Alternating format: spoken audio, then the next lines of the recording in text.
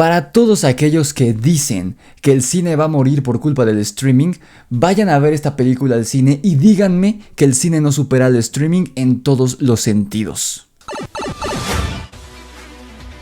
El poder de Grayskull.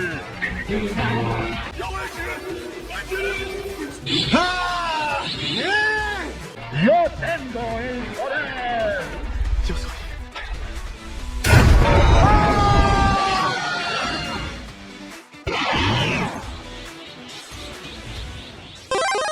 Hola, ¿qué tal, queridos amos y amas del multiverso? Espero que se encuentren muy pero muy bien. Yo les doy la bienvenida a esto que es Rix y los amos del multiverso. Queridos amigos, ayer por fin, después de una semana de su estreno, fui a ver la película de Oppenheimer con el maestro, con el magistral Cillian Murphy, que es un güey que se ve que en la vida real es súper relajado, súper tranquilo, súper buena onda, súper accesible, un actor cero mamón, por lo que se ve, obviamente no lo conozco, pero toda la gente que lo han entrevistado, los periodistas que lo han entrevistado dicen que es muy buena onda, muy accesible, se ve que es muy relajado, muy tranquilo, pero ha interpretado a villanos increíbles y aparte villanos desde lo más sanguinarios hasta villanos muy psicológicos, muy tranquilos, como el espantapájaros, por ejemplo, en la trilogía de Batman. Y ahora nos da una actuación genial con Robert Oppenheimer, este personaje histórico que no muchos conocen, pero que literalmente fue quien puso fin al conflicto armado de la Segunda Guerra Mundial, y también de la mano de la mente del brillante Christopher Nolan, que ya teníamos varios años sin ver película de este director, que de hecho por todo el desmadre se los platicaba en el podcast, en el podcast más poderoso del planeta, la primera emisión, que él terminó su relación con Warner Bros. Después de muchos años de haber trabajado juntos, de que pues prácticamente todas las películas de su filmografía son producciones de Warner. Él decidió romper vínculos con esta productora después de muchos años porque ya no estaba conforme con los cambios que hicieron en la forma en la que iban a tratar a los directores y a algunos actores, ya digamos que su hogar era Warner Brothers, y Christopher Nolan dijo: a la mierda, yo me voy, renunció. O sea, él ya rompió su contrato, digamos, su exclusividad con Warner, y esta película ya se estrena por mano de Universal. Pero ¿qué tal estuvo? Porque yo les decía la semana pasada que prefería hacer la reseña de Barbie porque, pues, por cuestiones de vistas, y fue más popular. Tristemente, Barbie sigue dando de qué hablar. De hecho, ya hablé de la película, pienso hablar en el podcast que ustedes verán la próxima semana de este fenómeno que está viendo, porque siento que las personas, y en específico las mujeres, no están leyendo correctamente la película, la de Barbie. Piensan que es una película feminista y antihombres, y muchos hombres están diciendo lo mismo, que es una película antihombres, pero yo al contrario, yo la veo como una película satírica que se está burlando tanto de la postura feminista radical como de la postura, pues, del machismo, ¿no? Del patriarcado. Se está burlando de ambas posturas y optando por un equilibrio entre ambos puntos. Pero bueno, la gente parece ser que no lo entendió. Pero eso les pasa por escuchar a Peso Pluma y reggaetón. La gente cada vez es más tonta. Pero bueno, ya hablaré de ese fenómeno en el podcast que ustedes verán la próxima semana. El punto es que, vean, seguimos hablando de Barbie. Barbie está rompiendo récords. Es la película más taquillera de este año, por lo menos de 2023. La que parece romper con esta mala racha que incluso Marvel no había podido romper. Que grandes películas que se esperaba que iban a triunfar en taquilla fracasaron. Barbie le está yendo súper bien, y afortunadamente a Oppenheimer, también le está yendo muy bien. No tan bien como a Barbie, pero está siendo un éxito en taquilla, afortunadamente, a pesar de que dicen las malas lenguas que Warner estrenó Barbie el mismo día que Christopher Nolan y Universal estrenó Oppenheimer, para chingarse a Christopher Nolan, como diciéndole: huevos, te fuiste de Warner, pues mira lo que le hacemos a tu película. Tristemente sí hubo una repercusión, pero bueno, ese es otro desmadre del que vamos a hablar después, porque ya también vi que ya se estrenó La Mansión Embrujada, yo ni enterado estaba, y ese es de Disney. Pero bueno, ya hablando de Oppenheimer como tal, ¿qué tal está la película?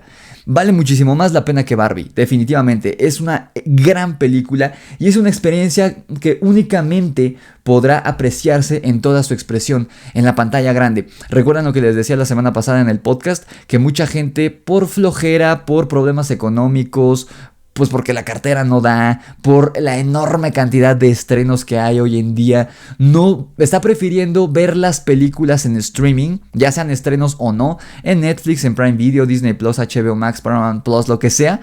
Prefieren quedarse en casa y verlo en su casa mucho más barato, sin tener que levantarse de su sillón, a ir al cine y ver las películas. Y hay gente que realmente cree que el cine va a dejar de existir por culpa del streaming. Yo jamás lo he creído. El cine nunca va a dejar de existir, mucho menos por el streaming, y esta película lo demuestra. Para muchas personas, ir al cine solamente es ir a fugarse de la realidad. Por eso van a ver películas chatarra, películas que no aportan nada intelectualmente, que no tienen ningún mensaje, que no tienen ninguna tesis, pero que son entretenidas. Rápido y Furioso, que incluso a esta última película no le fue tan bien, incluso ni siquiera Rápido y Furioso pudo romper la mala racha que venía cargando el cine.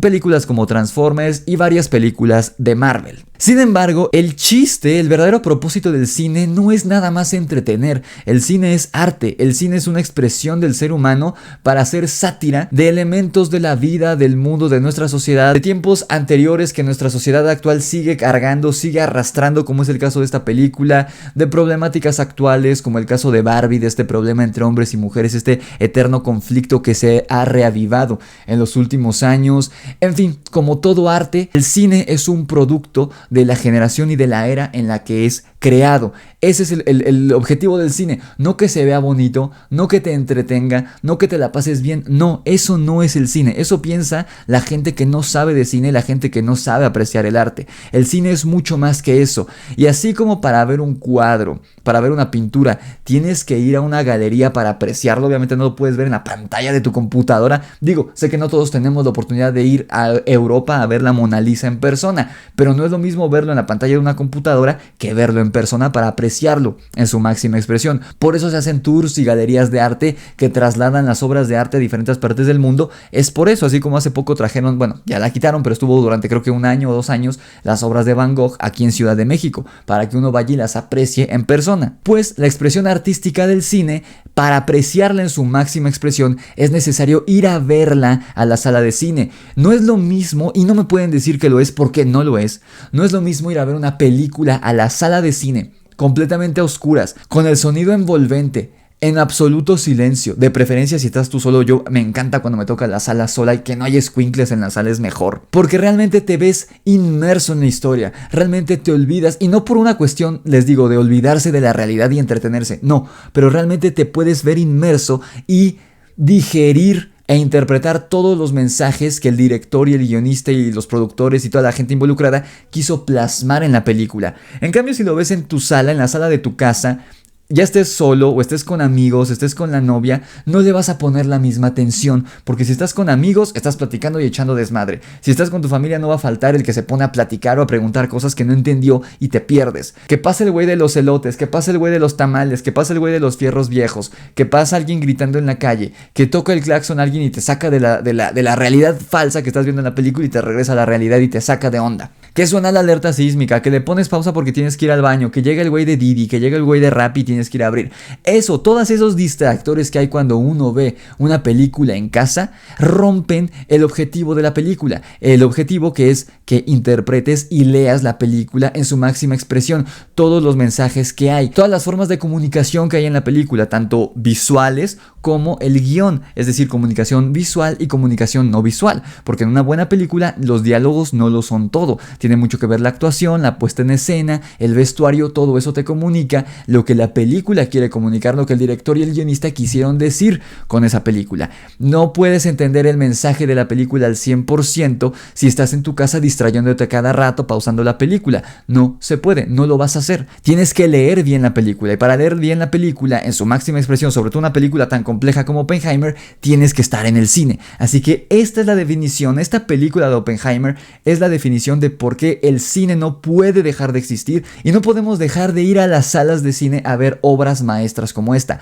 Porquerías como Barbie, porquerías como Rápido y Furioso, porquerías como Transformers, las podemos ver en Canal 5 3 años después de que salieron en el cine y no nos perdemos de absolutamente nada. No nos perdemos de nada con los cortes comerciales, no nos perdemos de nada si llega el de Didi con la comida, si llega la pizza, si pasa el de los fierros viejos, vale madres, no te estás perdiendo de nada. Pero si te interrumpen Oppenheimer, ahí sí te estás perdiendo de mucho, porque hay muchos mensajes y muchos subtextos que Christopher Nolan puso en la película, y si pierdes el detalle por tan siquiera 5 segundos, no vas a entender todo el mensaje, toda la complejidad, toda la globalidad de esta increíble historia. Además de lo que todos están hablando de esta película, es la magnífica escena de la detonación de la bomba en Los Álamos, de la primera prueba de la bomba nuclear. Eso, o sea, yo no me imagino cuando salga, creo que será en HBO Max, en donde va a salir, cuando ya salga, o en descarga digital, donde sea, no va a ser ni la 10ª parte de impresionante y poderosa verla en la sala de tu casa. Por mejor televisión que tengas, por mejor sistema de sonido que tengas, no le va a llegar ni a los talones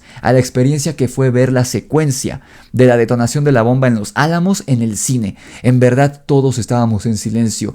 Christopher Nolan es un genio, y junto con las actuaciones de Cillian Murphy y de todo el elenco y el soundtrack, en verdad fue una secuencia impresionante, de los mejores momentos que he vivido en el cine realmente. Y no hay superhéroes, no es una escena de batalla, no es una escena de muerte, no es una escena de persecución, y aún así es de las mejores secuencias que me ha tocado vivir en el cine a mis 25 años. Ya entrando de lleno en el análisis de la película, el primer acto, debo decir que narrativamente hablando es algo lento, pero narrativamente, porque el ritmo es muy acelerado. Oppenheimer es un personaje que no es tan conocido.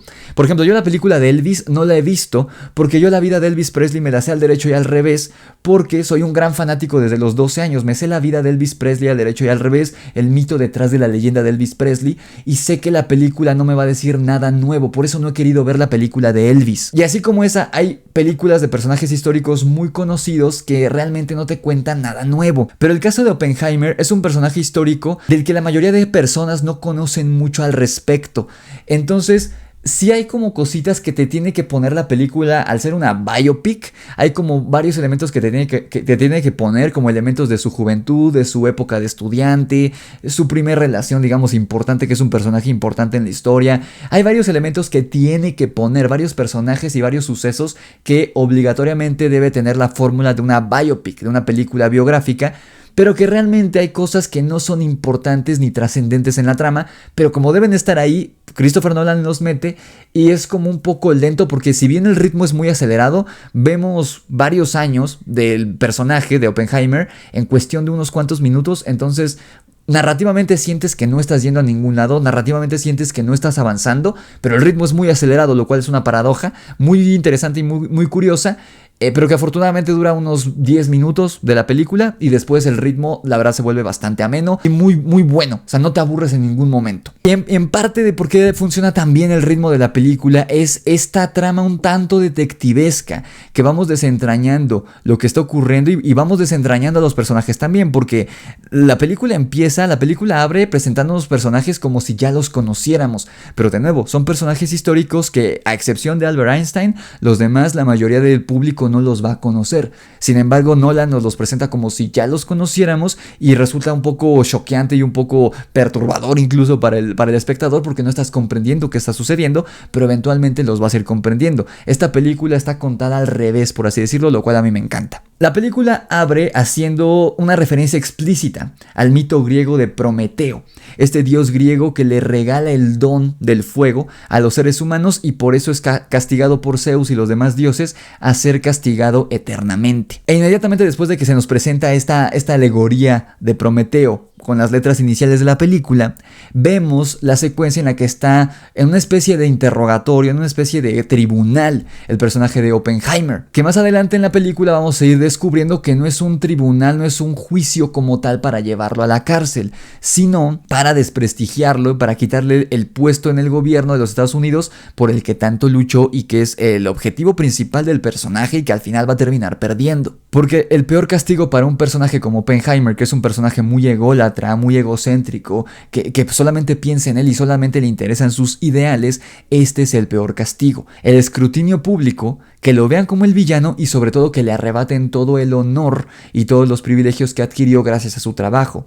Entonces es muy interesante y muy inteligente esta poesía que se arma entre la alegoría explícita que se hace al mito griego de Prometeo y luego la situación que viviría Oppenheimer. Él le dio el fuego al ser humano en los años 40, él les dio la bomba nuclear, él les dio el poder de destruirse a ellos mismos, como dice uno de los personajes más adelante en la trama, y eventualmente por eso fue castigado por el mismo gobierno de los Estados Unidos, que fue quien le encargó hacer esta bomba, desarrollar este proyecto. Es castigado tanto en cuestión de este tribunal de despojarlo de su honor y de su imagen, de su reputación, así como los demonios internos que tendrá que enfrentar, debido al arrepentimiento que Oppenheimer tuvo que enfrentar una vez que las bombas se detonaron en Hiroshima y Nagasaki. Por eso se conoce a Oppenheimer como el Prometeo americano, porque le dio el poder de los dioses a los hombres, pero eventualmente fue castigado, tanto a nivel político como a nivel personal, y la película nos plasma eso perfectamente. La tragedia del Prometeo americano es el tema principal de esta película, de la vida, de la tragedia, la obra y tragedia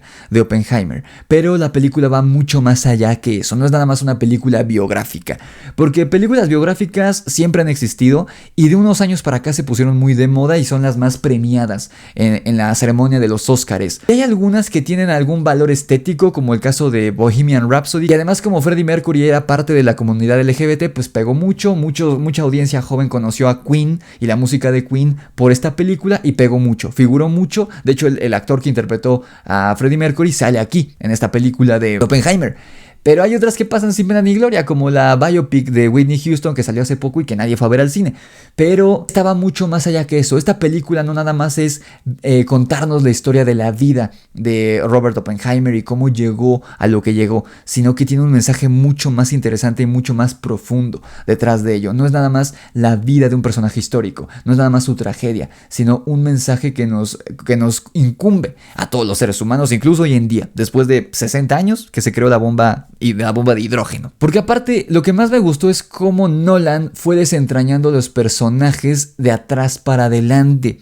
En un inicio se nos muestra a Oppenheimer y yo pensé que íbamos a tener ese tipo de personaje, de estos genios que son plasmados de manera como un personaje frío, que no le interesa lo demás, que no le interesa el mundo, pero conforme va avanzando la trama vemos que Oppenheimer sí es alguien que se interesa por su medio, por la gente a su alrededor, y si bien no es un tipo ególatra, que le gusta que lo estén alabando todo el tiempo, que realmente se cree que es un dios en algún momento de su vida, sí es un personaje bastante humano. La primera imagen que tenemos de Oppenheimer en la película es el de este dios, sobre todo después de esta alegoría y este símil que se hace entre Oppenheimer y Prometeo. La primera imagen que vemos de Oppenheimer en la película es el de un dios en tragedia, el de un dios siendo torturado y castigado por la obra que hizo, por darle el poder de destruirse a ellos mismos al ser humano. Pero conforme va avanzando la trama, dejamos de ver a Oppenheimer como un dios y lo empezamos a ver como el hombre, como un hombre que no era ni bueno ni malo. Lo vemos como un hombre con matices, que sí cometió muchos errores, creó la bomba más poderosa del ser humano, incluso hasta nuestros días nadie ha sido capaz de crear una bomba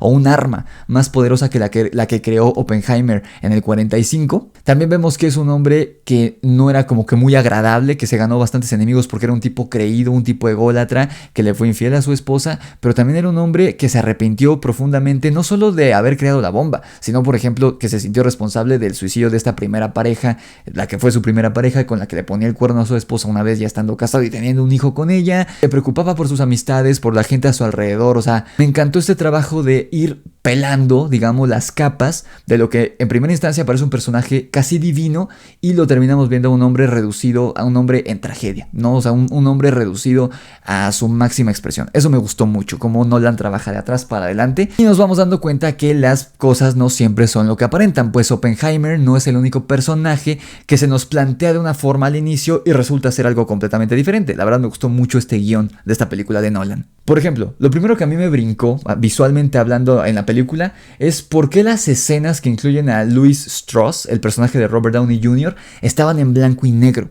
Porque de hecho, lo primero que vemos es a Oppenheimer, pero inmediatamente después vemos ya escenas con este personaje que resulta ser bastante importante en la trama. Este personaje del coronel Strauss, el personaje de Robert Downey Jr.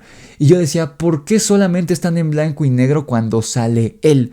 En un inicio yo pensé, bueno, tal vez porque este va a ser un hombre que vemos que en cuanto a edad es mayor que Oppenheimer. Yo estaba pensando, bueno, a lo mejor están en blanco y negro porque este personaje de Robert Downey Jr. va a ser la representación del hombre viejo, del hombre del ayer, con ideales viejos, con una moralidad que ya no va con el mundo post Segunda Guerra Mundial, ¿no? Que era un mundo pues bastante destruido, bastante de desconfianza. Después de la Segunda Guerra Mundial empieza la Guerra Fría, todo este rollo del espionaje, que no podían confiar en otras personas los gringos. Yo pensé que iba por ahí, que iba a ser un personaje antiguo, un personaje que ya no correspondía en este mundo, y Oppenheimer sí. Yo pensé que iba más por ese lado. Porque te repito, si ya vieron la película se darán cuenta que las únicas escenas que son en blanco y negro de la película son en las que aparece Louis Strauss, el personaje de Robert Downey Jr., y en las escenas en las que están vistas cosas desde su perspectiva, porque creo que sí hay una o dos escenas donde sale el personaje de Robert Downey Jr. que están a color, pero porque son desde la perspectiva de Oppenheimer. El único personaje cuya perspectiva se ve en blanco y negro literalmente en la pantalla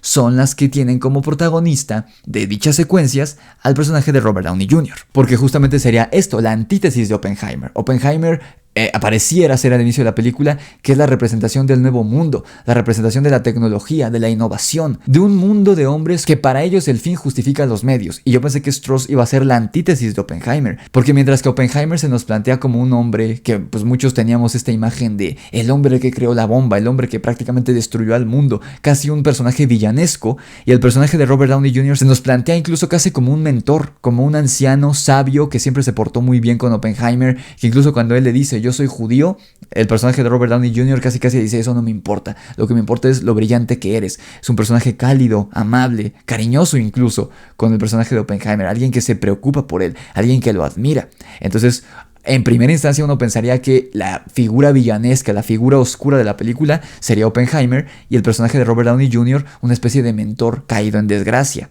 Pero más adelante, y me encantó este giro, comprendemos que las escenas del personaje de Robert Downey Jr. están en blanco y negro porque simbolizan que él es un hombre manchado y amañado por la política. Un hombre sucio, un hombre mentiroso, un político hecho y derecho. Y de hecho este personaje de Robert Downey Jr. tiene una frase que explica textualmente por qué sus escenas se ven en blanco y negro. Esta escena que dice, la gente piensa que el poder resplandece, pero en realidad el poder siempre se va a quedar en las sombras. El poder siempre va a estar en las sombras. Él representa el poder. Él es un hombre manchado, poluto y contaminado por el poder, porque les digo, es un hombre que finge ser bueno ante la imagen de todos como cualquier político, pero es un mentiroso, es rencoroso y es capaz de destruir a quien sea aunque tenga que mentir. Ahí es cuando se nos explica con esa frase por qué sus escenas son en blanco y negro, porque es un personaje sucio, un personaje vil, un personaje cuya apariencia no comunica lo que realmente es una mascarada, lo que es el personaje de Robert Downey Jr. Y lo peor es que la audiencia caemos en su juego por el gran montaje de la película, que realmente lo vemos como un ancianito noble, muy educado que quiere Oppenheimer, y después vemos que él es el antagonista de la película. Él es el responsable de que estén torturando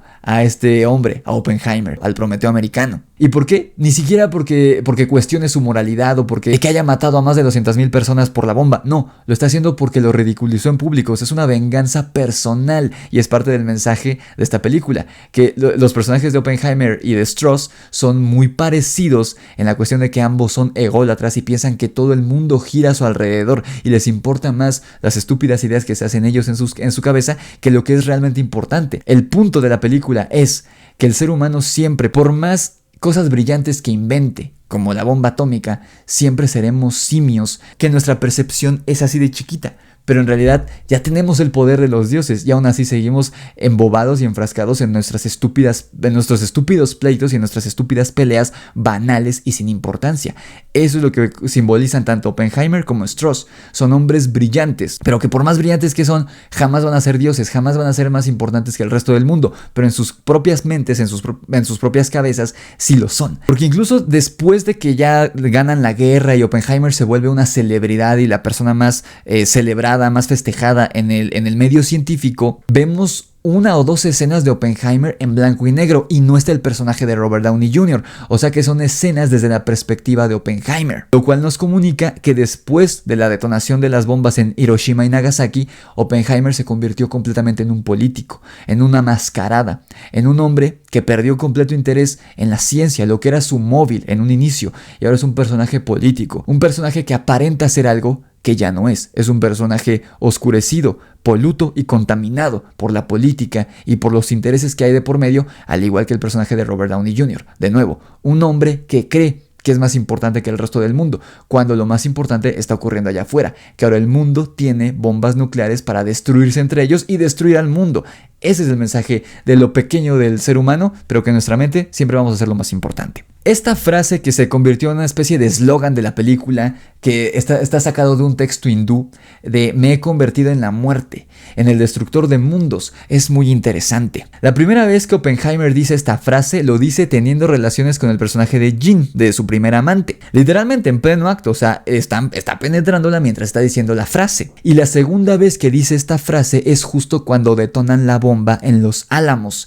Y la forma que adquiere la detonación de esta bomba es una forma muy fálica, una forma de miembro viril, lo cual al menos yo interpreté cuando él dice esta frase en las dos ocasiones, es como diciéndonos que Oppenheimer se convierte en un dios que se está follando, que se está cogiendo al mundo, porque ahora él es el destructor de mundos. Literal, siento que es como un Oppenheimer se cogió al mundo, perdón la palabra, pero es la palabra, o sea, no es como que le hizo el amor, no, o sea, se cogió al mundo, se chingó al mundo al inventar la bomba, al convertirse en el destructor de mundos. Me encantó ese mensaje porque, aparte, les digo, no deja de ser un personaje humano y aún así es el personaje sobre cuyos hombros cae el peso de haber sido el destructor del mundo, que es lo que vemos al final de la película. Ahorita platicamos de el último diálogo de la película. Los personajes secundarios me gustó mucho, porque aparte me gustó que son en la mayoría caras conocidas. Tenemos a Dane DeHaan, ¿no?, que fue el Duende Verde en Amazing Spider-Man 2. Tenemos este actor de Isidore Rabi, que me encantó cómo es el apoyo moral y la guía moral de Robert Oppenheimer, cuando le dice, come. Tanto en el juicio como cuando son jóvenes y le da comida. Me encanta cómo es el que le dice, quítate ese uniforme, tú no eres un soldado, sé quién eres, ¿no? O sea, me gustó mucho que es la guía y el apoyo moral desde el inicio de la película hasta el final. Y este personaje de Isidore Rabi, el actor que hace de él, es el duende de Santa Cláusula. Me gustó mucho, fue como, güey, qué pedo. O sea, pensar que lo vimos en una comedia tonta hace casi 30 años con Tim Allen, una comedia navideña, y que de hecho creo que sale en la serie de Santa Cláusula, no la terminé de ver. Y lo tenemos ahora con Christopher Nolan. ¡Qué chingón! Tenemos también al actor que hizo de Han Solo en la película de Solo. Tenemos a Josh Peck en 2 escenas, pero está ahí Josh Peck, o sea, ¿quién se imaginaría que ese actor que vimos nosotros en Nickelodeon, al lado de Drake Bell, iba a estar acá dirigido por Christopher Nolan? Hay caras muy, muy conocidas de muchos otros proyectos, tanto serios como familiares e incluso infantiles, y eso me dio mucho gusto, no sé, da como cierto sentimiento de familiaridad que hace que conectes y te encariñes incluso más con los personajes. No sé si esto lo hizo a propósito Nolan o fue coincidencia. El personaje de Emily Blunt, la verdad sí, siento que no tiene mucho que aportar a la trama. Siendo muy honesto, siento que no tiene mucho que aportar a la trama el personaje de la esposa, pero bueno, finalmente está ahí, adquiere cierta relevancia para el tercer acto, pero a mí siento que no tuvo tanto peso el personaje de Emily Blunt. Me gustó mucho este mensaje porque aparte hace referencia a algo que es completamente histórico y completamente real, de que la mayoría de personajes relevantes involucrados en la creación de la bomba atómica que puso fin a la Segunda Guerra Mundial, en su mayoría eran judíos, lo cual es una ironía porque eran las personas que Hitler buscaba destruir y finalmente fueron quienes terminaron poniendo fin al conflicto y evitando que se llevara a cabo todo el plan que tenía este tipo, ¿no? Se me hace muy irónico, muy chido, que es algo de la vida real, pero que se ve muy claramente aquí, que la mayoría de actores y la mayoría de personajes, incluyendo obviamente al personaje de Oppenheimer, son judíos y son ellos finalmente quienes terminan destruyendo los ideales por los que estaba luchando el alemán del bigotito ridículo. Yo creo que de los momentos que más disfruté de la película son los encuentros que hay entre Oppenheimer y Einstein, que ya habíamos visto desde los avances. El primer encuentro que tienen estos dos personajes, que de hecho es casi al inicio de la película, está visto desde la perspectiva de Louis Strauss, está en blanco y negro, y de hecho vemos cómo él está viendo desde la ventana y desde lejos el encuentro entre Oppenheimer y Einstein, y este es de los momentos claves de la trama, porque no solo es vital para la trama, sino que también es vital para la poesía de la película, para la poesía del personaje de Oppenheimer. Me gusta mucho cómo vemos desde 3 perspectivas diferentes en 3 momentos distintos de la película el encuentro entre Oppenheimer y Einstein, que no sabemos qué se dijeron, solamente vemos a lo lejos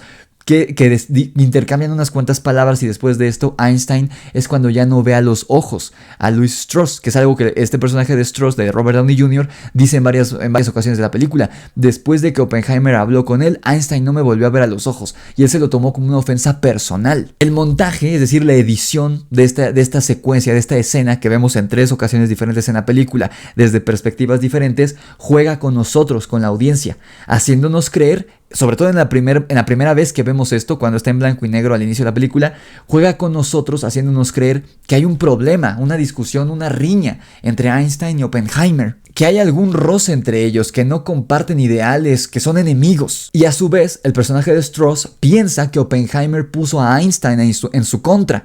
Entonces tú como audiencia no sabes qué creer, no sabes si Einstein está en contra de Strauss, si Einstein y Oppenheimer están enemistados, no sabes qué pensar porque el montaje juega contigo, es parte de la poesía con la que cierra la película. Porque además vemos en este primer encuentro que, bueno, además como la película da varios brincos en el tiempo, realmente no queda muy claro por qué en este primer encuentro que tienen Einstein y Oppenheimer, en el segundo y tercer encuentro que tienen se llevan muy bien, incluso casi como amigos, a pesar de que difieren en sus ideales y de que Einstein como tal nunca se involucró en el desarrollo de la bomba. Eso te saca mucho de onda, dices, ¿qué pedo? ¿Entonces se llevan bien o se llevan mal? En mi opinión es clave que hayan casteado a Robert Downey Jr. como el personaje de Strauss, porque Robert Downey Jr. fue Iron Man, es el superhéroe de nuestra época, de nuestra generación, por excelencia. Es el hombre que, al menos en el universo cinematográfico, se sacrificó por el universo para traer a todos de vuelta.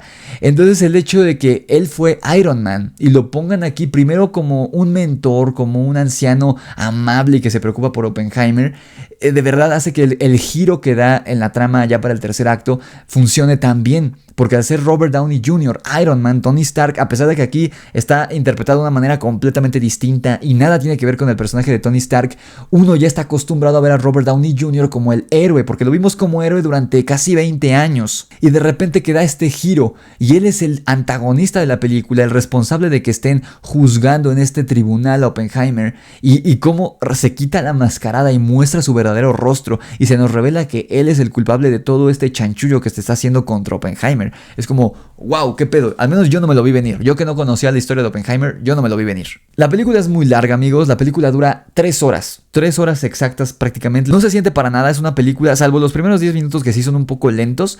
Fuera de esos 10 minutos la película avanza bastante bien, no te sientes aburrido en ningún momento, no es difícil de entender, a pesar de que usan mucha terminología de científica, vaya, a pesar de que también se da mucho contexto político, porque es vital, todo este rollo de los comunistas y todo esto que había durante la Segunda Guerra Mundial, no se vuelve aburrida, a pesar de que sí es un elemento presente en la trama en todo momento. Y a pesar de que la película dura muchísimo, no tiene, al menos yo no sentí que tuviera el formato, la narrativa convencional a la que estamos acostumbrados. Sí son 3 actos, pero realmente la división de la película es tan larga que varía un poco. La detonación de la bomba en Los Álamos se siente como el final del primer acto, se siente como si la película estuviera dividida en 2.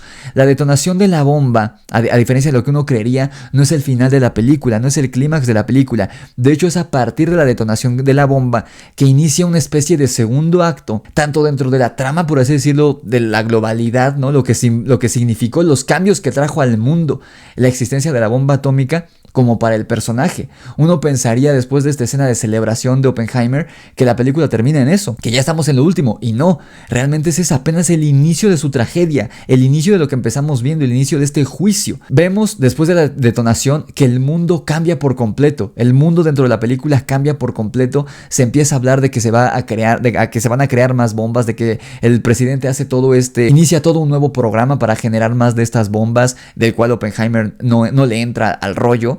Y además empieza la tragedia de Oppenheimer, de ser el hombre más festejado, de ser un héroe, de ser un símbolo, de ser un dios, de ser el Prometeo americano, de ser un dios se convierte en la tragedia de un hombre. Me gustó mucho esto, que realmente la película está más que dividida en 3 actos como una película regular, está dividida en 2, y es justamente la detonación de la bomba lo que detona este giro en la trama, esta segunda parte, por así decirlo, de la película. Y es durante esta segunda parte, por así decirlo, que bueno, en sí es el tercer acto, pero es un tercer acto tan largo. Normalmente en un guión de una película regular el tercer acto es el que menos dura. El clímax y la conclusión de la película es la parte más corta del guión. Normalmente el segundo acto es el más extenso. Aquí el tercer acto dura tanto que prácticamente se siente más bien una película dividida en 2. Y es durante esta segunda mitad que se abordan las consecuencias tanto en el mundo real, por así decirlo, en cómo afectó la detonación de las bombas en Hiroshima y Nagasaki al mundo, y vemos las consecuencias que afrontó Oppenheimer una vez que esto ocurrió y que decide no entrarle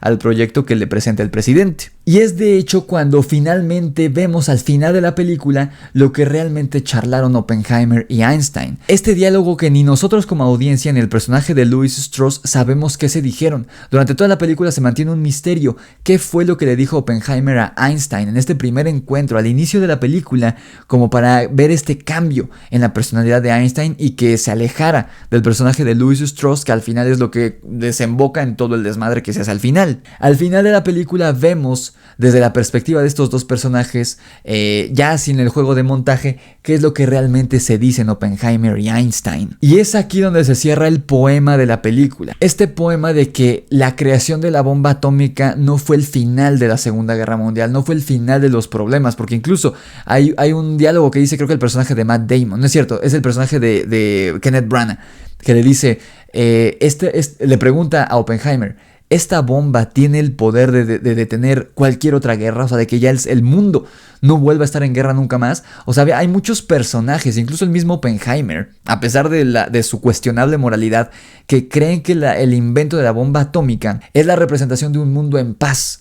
Porque los demás países van a tener tanto miedo a esta bomba que no se van a atrever a ponerse al tú por tú con los Estados Unidos, pero no están tomando en cuenta que los demás países también pueden crear su propia bomba atómica y detonar un conflicto mucho más peligroso. Entonces, realmente, aunque los personajes dentro de la trama creen que la creación de la bomba es el inicio de un mundo pacífico, de un mundo perfecto, de una utopía que jamás va a ir a la guerra, en realidad vemos cómo este diálogo entre Oppenheimer y Einstein cierra esta poesía de la bomba atómica no fue el final del conflicto, fue el inicio de un nuevo mundo, de un mundo horrible en el que es cuestión de tiempo para que nos destruyamos entre nosotros con energía nuclear. Y me gusta mucho esta alegoría de esto que veíamos en el avance, el diálogo que hay entre Oppenheimer y el personaje de Matt Damon, que le dice, hay una posibilidad mínima, casi nula, pero sí existe, de que la reacción en cadena de la bomba no se detenga y terminemos destruyendo al mundo. Y es la preocupación de todos cuando detonan la primera bomba en Los Álamos, que no se detenga y se destruya al mundo. Y este último diálogo de Oppenheimer que le dice a Einstein, finalmente sí destruimos al mundo, sí se llevó a cabo esta reacción en cadena que tanto temió Oppenheimer de que no se pudiera detener la explosión atómica, solo que se llevó a cabo de manera figurativa, de manera poética, no de manera literal, pero es verdad. El hecho de que él haya puesto sobre la Tierra a la bomba atómica, a la bomba nuclear, no fue el final de las guerras, fue el inicio de un mundo que está destinado a destruirse con este poder casi divino, porque incluso hasta nuestros días el mundo sigue temiendo que algún país, llámese Corea del Norte, Estados Unidos, Rusia, lancen un misil nuclear y ocurra lo mismo o algo peor que lo que ocurrió al final de la Segunda Guerra Mundial en 1945. Es algo muy aterrador realmente, y esta escena de cómo el mundo se ve consumido por las llamas es muy aterrador, que es realmente el peso que recae sobre los hombros de Oppenheimer. Sí vemos que tiene este arrepentimiento por las más de 200,000 personas que murieron en Japón por la detonación de las bombas, pero lo que más miedo le da a él, el peso más grande de arrepentimiento que tiene, es que ahora el mundo está destinado, y es cuestión de tiempo, a que se destruya gracias a su invento. Y sobre todo, a fin de cuentas, y es lo que a él más le duele aceptar, y al personaje de Strauss también, porque les digo que estos personajes son iguales, son ególatras, y se ven a ellos como dioses, se ven como el centro del universo. Y cuando dice el personaje, el que hace de Han Solo, ¿cómo se llama este actor? Bueno, el que es como el abogado del personaje de Robert Downey Jr., que le dice, no se puso a pensar que esto era más importante. O sea, Robert Downey Jr. pensando que Oppenheimer le dijo algo malo personal sobre él a Einstein, y por eso Einstein dejó de hablarle a partir de ahí. No fue que lo insultara, no fue que le dijo este güey es tonto, no.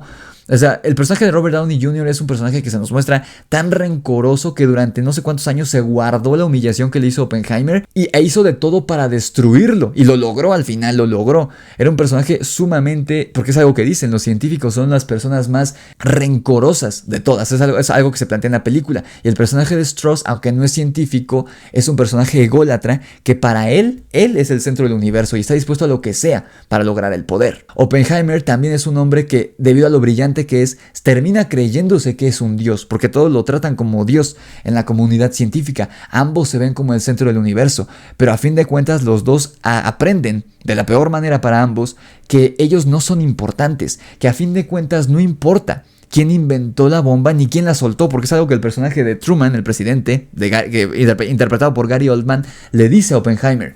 En Japón no les importa quién inventó la bomba, les importa quién la soltó, y fui yo. Pero realmente con el paso de los años, la historia no recuerda que este presidente soltara la bomba, solo recuerdan que Estados Unidos la soltó. Y lo que recuerdan, lo importante a fin de cuentas, es que la bomba existe, no quién la inventó, no quién la soltó. El problema que nos siga quejando incluso hasta nuestra época, que es el gran temor de muchos países, es precisamente la existencia per se de la bomba atómica, una bomba con el poder de destruir una ciudad entera y matar a cientos de miles de personas.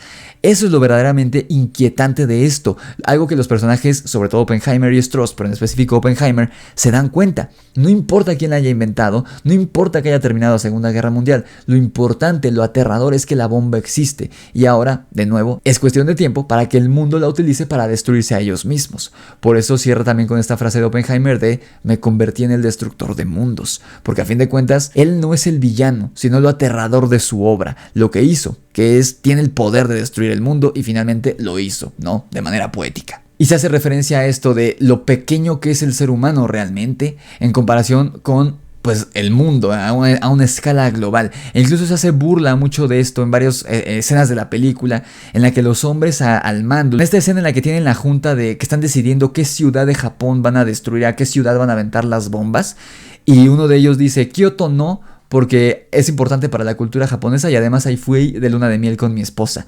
y es muy bonita. Y es como, la gente se ríe en el cine porque es verdad, o sea, están jugando con un poder divino, están hablando de que van a matar a cientos de miles de personas inocentes, y aún así el ser humano sigue poniendo como prioridad banalidades y estupideces, a pesar de que están destruyendo una ciudad entera y de que están destruyendo al mundo prácticamente.